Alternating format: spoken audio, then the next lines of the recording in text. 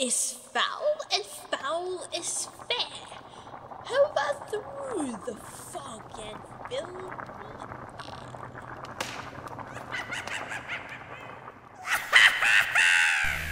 Hi there folks, it's Laurel and Amy here, and we are finally getting around to answering the questions that were left for us. Thanks to everyone who left us questions, and we hope you like our answers.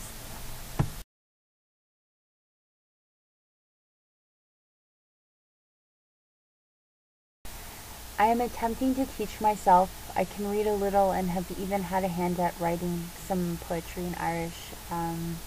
But when it comes to speaking it, to say my pronunciation is horrible would be an understatement, which is why I'm answering you in English.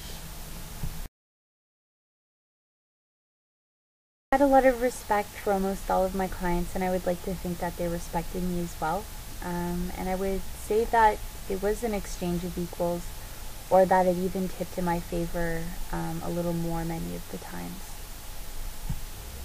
I certainly respect those men and women who are clients in the sex industry,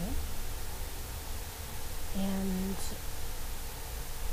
if I thought that they didn't respect me, I probably wouldn't be doing this kind of work.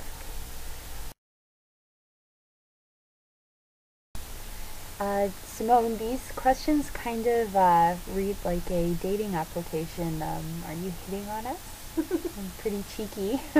Anyways, as far as my orientation goes, I'm a pansexual, and I'm a switch, so I'm both a top and a bottom in my personal life, and when I was a sex worker, I was a top.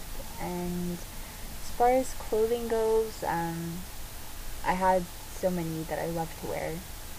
I think one of my favorites was this beautiful Victorian styled equestrian outfit. I also really liked wearing leather, and a typical outfit would consist of something like a corset, a 3/4 length pencil skirt, long gloves, a military cap, collar, and stiletto boots. I also really like keyhole stockings with a seam and Cuban heel. And for me to answer your questions, I would describe my orientation as unrestricted by gender. I have a lot of favorite working outfits. I love lacy things and very slutty, sexy bras and panties, different colors, and stockings to my knee, and full pantyhose with fancy little designs and fishnets. Oh yes, fishnets. Yes. And I love all different kinds of strange, unusual shoes. Oh, you have such a fantastic shoe collection. Oh, thank you. One really cool one, it looks like sort of a rain jacket kind of style. It's a really big heel, probably 6 or 7 inches. Yeah. And it's all see-through, like as if it's a rain jacket, and so you can see your full foot. It's really cool. But I have all different color ones, reds and purple, and anyway, so that's my answer to your question, Simone.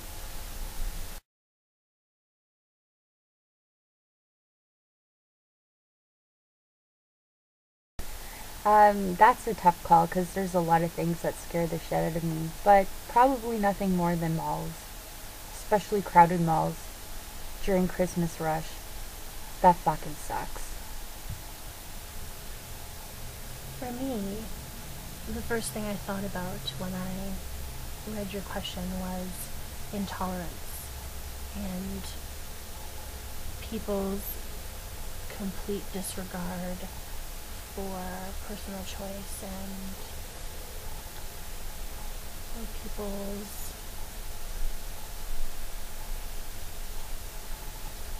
chosen path in life. I guess that's what your question made me think of.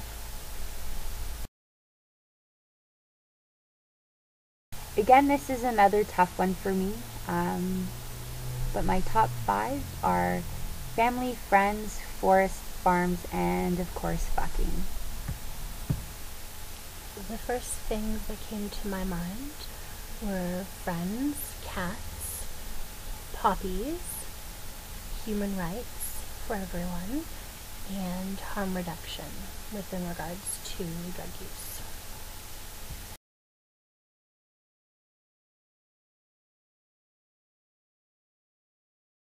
I no longer work, and when I did though, I worked in fetish houses, out-call agencies, and in groups and independently.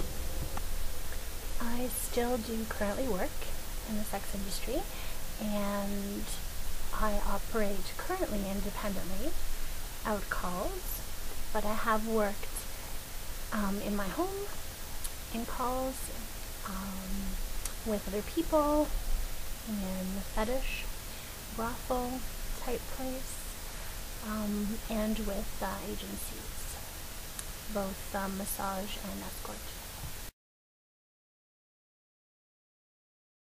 Most of my friends and family know, and in general, I'm selective in who I tell. I would say most of my friends and family know what I do as well. And as far as being upfront about what I do with people that I meet, I used to be very secretive about what and who I told. However, I would say now I'm pretty upfront, and if I'm trying to get to know someone, I will tell them what I do, engage their reaction, and see if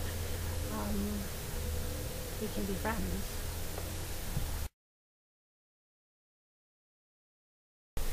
Farming is what I would like to do with myself as a profession, and I'm hoping to start producing commercially next year.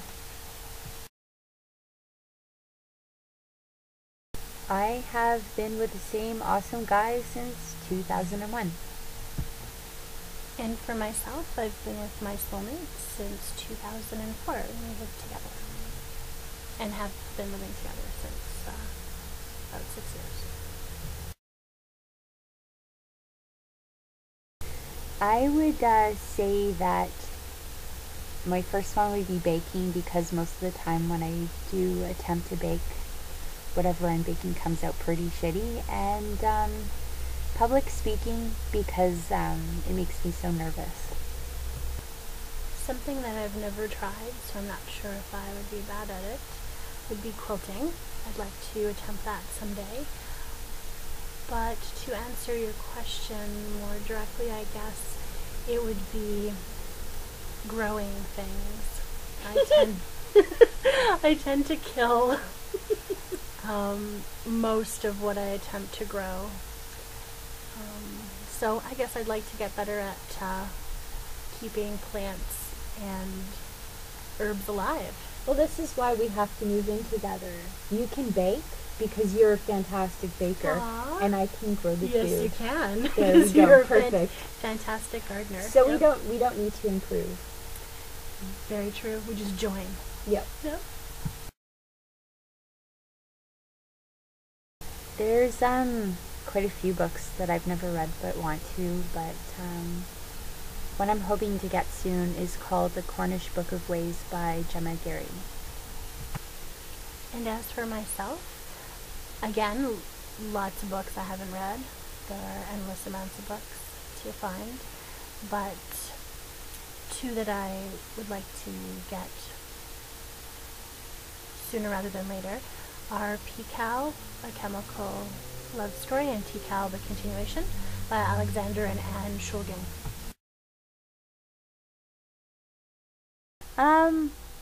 I've done some pretty crazy shit when I was younger, young whippersnapper. But more recently, Amy and I went whitewater rafting this past weekend, and I guess some people might not think it's crazy, but it was fucking scary. It was awesome, but it was fucking scary.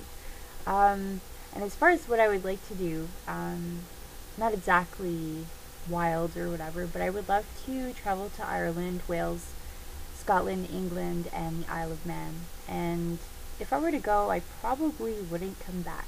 again? Well, compared to the average person, I would say my life is pretty wild and crazy on its own. So, so if I could, I would probably want to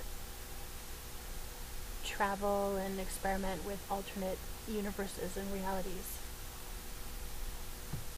Well, it looks like we're running out of time for this video, so we are going to do part 2.